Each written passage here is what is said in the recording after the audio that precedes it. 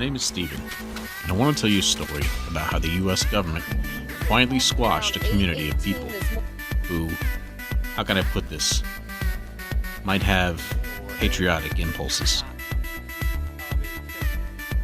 Here's the part where I'm going to really need you to focus. Right now is a strange time for humanity. Computers are faster at strategy than people, wars are being fought by third parties, and weapon systems are becoming silent. So as warfare becomes more and more stealth to avoid detection, and technology is being developed to silence whistleblowers, would you actually know if your government was attacking its own people?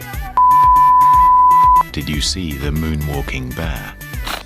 When the country was unsure who was going to be the new king, my life began to get complicated. The rug got pulled out from under me, my personal relationships became strained, my private life and digital life was constantly being invaded. My health slowly waned, and my ability to make an income became roadblocked. Soon, some locals who I didn't know worked in government were kind enough to give me a language for my abuse.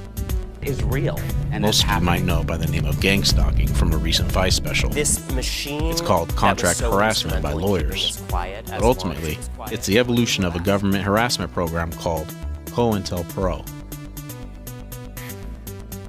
Things continued to get worse as months and years went by. It was more than the government putting a boot at my ass. This sleepy little military Mecca, most known as San Diego, had patterns of harassment, stonewalling, and blackballing going on all over the city. The government was cleaning house, and for reasons yet to be told to me, I was part of the sweep. And this is what happened in San Diego while the rest of the country was being distracted.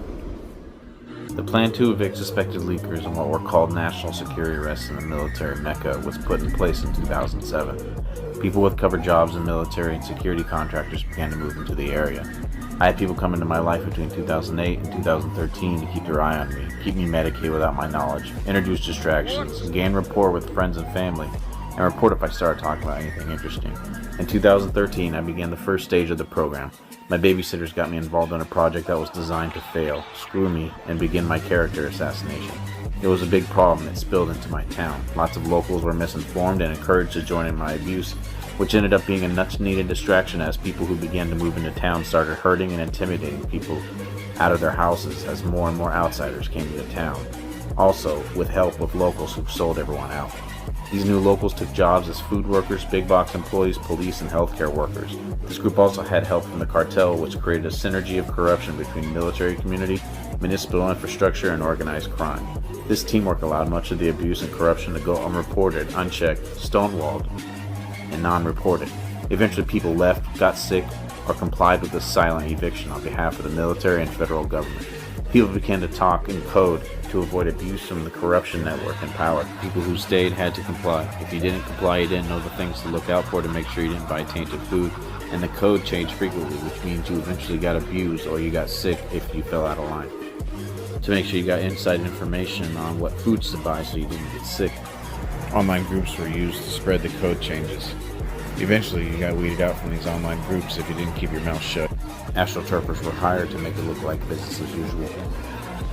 Basically being paid to be extras in this government corruption. When I later found out this was much bigger than abuse directed towards me, I headed out to the media and was stonewalled at local and national outlets. The government had their people put in key filter positions to keep from alerting the media, and that's how they got away with it.